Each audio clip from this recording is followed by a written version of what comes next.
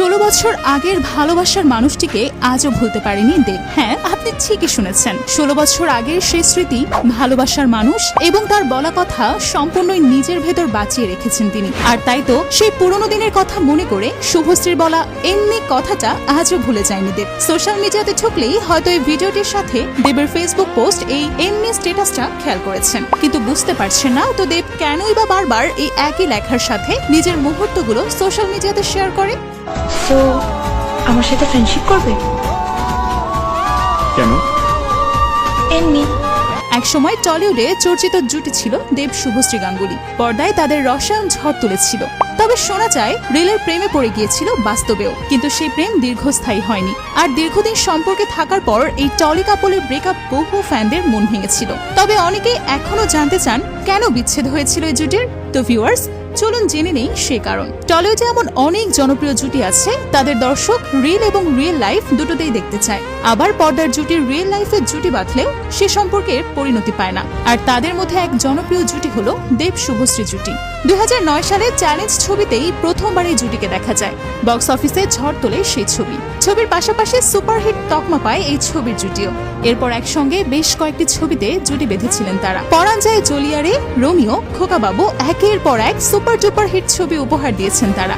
দেব Subhashree challenge ছবির shooting ফ্লোরে আলাপ। ওই ছবির শুটিং করতে করতে কাছাকাছি এসেছিলেন তারা। শুরু হয়েছিল তাদের প্রেম, যদিও প্রকাশ্যে কখনোই বিষয়টি স্বীকার করেননি তারা। নিজেদের ভালো বন্ধু বলেই পরিচয় দিতেন, যদিও প্রায়শই একসঙ্গে দেখা যেত দেব শুভশ্রীকে। আচমকাই শোনা যায় দুজনের পথ আলাদা হয়ে গেছে। তবে সম্পর্ক থাকাকালীন স্বীকার না করলেও ব্রেকআপের পর দেব প্রকাশ করেছিলেন যে শুভশ্রী তার খুব কাছের মানুষ ছিলেন, এমনকি তার জীবনের নিকটতম ব্যক্তি ছিলেন শুভশ্রী। দেব তার লাভ স্টোরিতে এই ধরনের মোড় প্রত্যাশা করেননি। বলা যেতে পারে ব্রেকআপের পর একেবারে ঘরবন্দি হয়ে পড়েছিলেন তিনি। অন্যদিকে নায়িকার বিভিন্ন সাক্ষাৎকারে উঠে এসেছে দেবের সঙ্গে বিচ্ছেদ হওয়ার পর অনেকটাই পরিণত হয়েছেন তিনি। যদিও তাদের ব্রেকআপ হওয়ার সঠিক কারণ কখনো প্রকাশ্যে আনেননি, তবে এক ইন্টারভিউতে কাঁদতে কাঁদতে দেবের নাম না বললেও শুভশ্রী বলেছিলেন একসময় এতটাই তিনি ভেঙে পড়েছিলেন যে বাথরুমে 2 মিনিট পর পর গিয়ে কান্না করে আসতেন। কাউকে কিছু বুঝতেই দেননি।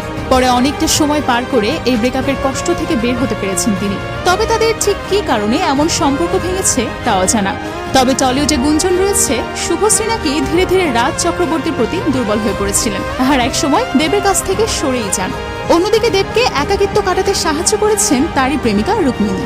বর্তমানে অনেকগুলো বছর পার হয়ে গেছে, তবে ব্রেকআপের পর থেকে দেব শুভশ্রী একসঙ্গে কাজ না করলেও নিজ নিজ স্থানে দুজনেই সফল। এদিকে দেবের সঙ্গে সম্পর্কের ইতি টেনে পরিচালক রাজ চক্রবর্তীকে মন দিয়েছিলেন শুভশ্রী। কয়েক বছর প্রেমের পর 2018 সালে রাজকে বিয়ে করেন তিনি। এখন স্বামী সন্তান নিয়ে সুখের সংসার তার। অন্যদিকে বর্তমানে দেবের জীবনে রয়েছে অভিনেত্রী রুক্মিণী মৈত্র। নিজেদের সম্পর্ক নিয়ে লোক চাপাও করেন না তারা। তবে 2009 সালে শুভশ্রীর মুখে বলা কথাটা আজও ভুলতে পারেনি দেব।